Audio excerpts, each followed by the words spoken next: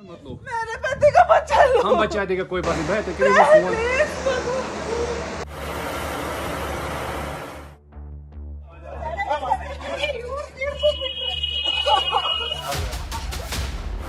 पाकिस्तान पर air strike की तैयारी।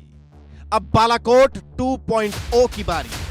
थर थर कांपते पाकिस्तान में डर और खलबली। ये दर्द, इन चीखों का हिसाब पाकिस्तान को देना होगा, हर कीमत पर देना होगा। देश में गम और गुस्सा दोनों है। पाकिस्तान को दुनिया के नक्शे से मिटा देने की मांग 140 करोड़ भारतीय कर रहे हैं।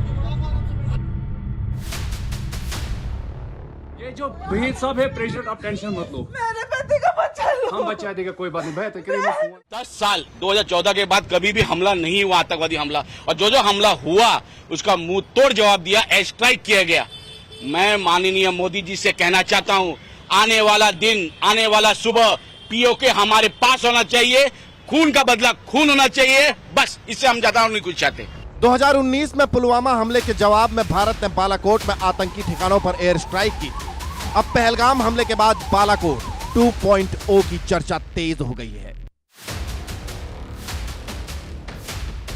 मैं आज लोगों को खुश करने के कहा पाकिस्तान पे हमला कर दो, नहीं, अब तो हमें पीओके लेना पड़ेगा, बस हम इसका हिसाब चुकाएंगे। आज कल परसों हम पाकिस्तान के आईएसआई के फौज के जिम्मेदार व्यक्ति को कह देना चाहते, जिसने कहा कश्मीर हमारा है और ऑक्यूपाई कश्मीर भी हमारा, उनको कहेंगे ये कश्मीर लेके देंगे। और आपको पाकिस्तान के उन लोगों को कहना चाहता हूँ, आईएसआई वाले के लोगों को, हे पाक तेरा ख्वाब एक नज़ारा ही रहेगा, तू किस्मत का हमारा है, मारा ही रहेगा, तेरे हर सवाल का जवाब करारा ही रहेगा। कश्मीर हमारा है, ऑक्यूपाई कश्मीर हमारा है और हमारा ही रहेगा, हम उसको इतना कहना चाहते हैं। 2026 के उरी हमले के बाद आतंकी ठिकानों पर सर्जिकल स्ट्राइक हुई। इन कार्रवाइयों में कई आतंकी मारे गए थे और पाकिस्तान को दुनिया भर में शर्मिंदगी का सामना करना पड़ा था। अब फिर से भारत के लोगों का आक्रोश फूट पड़ा है और वो सर्जिकल स्ट्राइक की मांग कर रहे हैं।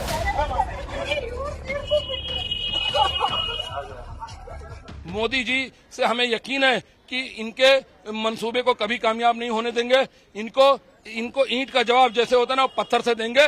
और मुझे लगता है अब खून का बदला खून होना चाहिए, गोली का बदला गोली होना चाहिए। भारत यकीनन कोई बड़ी प्लानिंग में जुटा है, क्योंकि प्रधानमंत्री नरेंद्र मोदी ने अपनी सऊदी अरब यात्रा को बीच में ही रोक दिया और नई दिल्ली लौटते ही तुरंत एक हाई लेवल मीटिंग की। इस मीटिंग के बाद आशंका जताई जा रही है, क्या फिर से बालाकोट जैसी एयर स्ट्राइक होगी।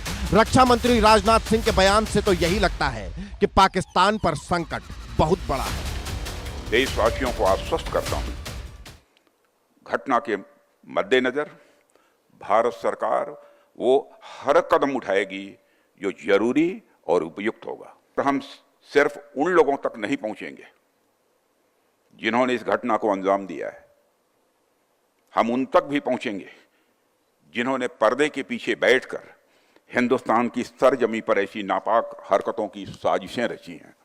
ऐसी हरकतों का जिम्मेदार और इसके जिम्मेदार लोगों को आने वाले कुछ ही समय में जोरदार तरीके से नजर आएगा। मैं देशवासियों को आश्वस्त करना चाहता हूं। 2019 के बालाकोट हमले के दौरान पाकिस्तान ने अपने F-16 विमानों के जरिए जवाबी कार्रवाई की कोशिश की, लेकिन अब भारत की सैन्य ताकत पहले से कई ज्यादा मजबूत है।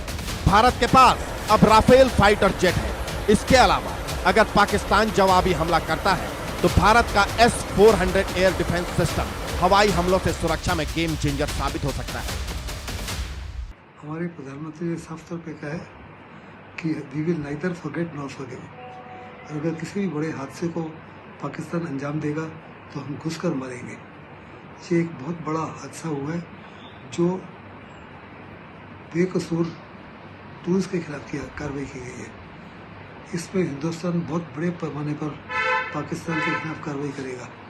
और कार्रवाई क्या होगी, किस समय होगी, किस प्रकार होगी, इसका वर्णन करना तो सही नहीं है, लेकिन वास्तव में हिंदुस्तान जो सर्जिकल स्ट्राइक की थी अपने उरी के बाद में और पुलवामा के बाद में, उससे भी घातक स्ट्राइक करेगा। मंगलवार दोपहर पहलगाम में आतंकियों ने गोलीबारी की, जिसमें 28 लोग मारे गए। यह 2019 के पुलवामा हमले के बाद कश्मीर में सबसे घातक हमला है। हमले की जिम्मेदारी द रेसिस्टेंस फ्रंट यानी TRF ने ली। जो पाकिस्तान समर्थित लश्कर-ए-तैयबा से जुड़ा हुआ है।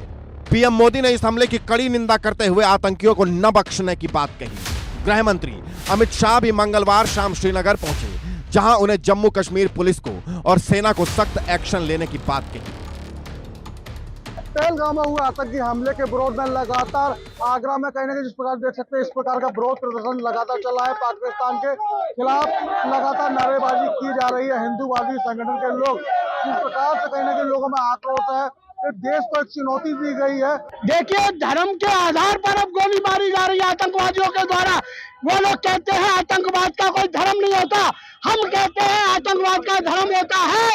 हम भारत सरकार से मांग करते हैं इनके सेमीफाइनल को यही खत्म किया जाए। देख सकते हैं कि लगातार लोगों में आक्रोश है और जिस प्रकार से पर्यटकों पर हमला हुआ है, उनको मौत के घाट उतारा गया है, उनका नाम और धर्म पूछकर किया गया, तो उसको लेकर कहीं ना कहीं हिंदूवादी आक्रोशित है। इधर पाकिस्तान में पहलगाम हमले के बाद से ही डर का माहौल है। खबर है पाकिस्तानी सेना ने आदेश जारी किए हैं कि एलओसी के पास सभी आतंकी ट्रेनिंग कैंप तुरंत खाली कर दिए जाएं। खबर है कि देर रात इन आतंकी ट्रेनिंग कैंपों में मौजूद आतंकियों के आसपास के गांवों में शिफ्ट कर दिया गया है। यह कदम भारत की ओर से संभावित सर्जिकल स्ट्राइक या एयर स्ट्राइक के डर से उठाया गया है। खबर यह भी है कि पाकिस्तानी वायुसेना के विमान जैसे लॉकहीड, हरक्यूलिस, एम्ब्रेयर फिनोम भारतीय सीमा के पास उड़ान भर रहे हैं। ये विमान कराची के सदर्न एयर कमांड से लाहौर और रावलपिंडी के पास उत्तरी बेस की ओर जाते देखे गए। हालांकि इन दावों की इंडिया न्यूज पुष्टि नहीं करता। पाकिस्तानी पत्रकार और एनालिस्ट ने चेतावनी दी है कि भारत इस हमले का जवाब दे सकता है। उन्होंने कहा, पहलगाम हमले के बाद भारत की ओर से सर्जिकल स्ट्राइक या एयर स्ट्राइक जैसी कार्रवाई हो सकती है। भारत इस हमले को हल्के में नहीं लेगा। कुल मिलाकर पहलगाम आतंकी हमले के बाद भारत का रुख अब और भी कठोर हो सकता है। आने वाले दिनों में इस पर पीएम मोदी की ओर से क्या बड़ा कदम उठाया जाता है, इस पर पूरे देश और दुनिया की नजर बनी हुई है। Bureau report, India news.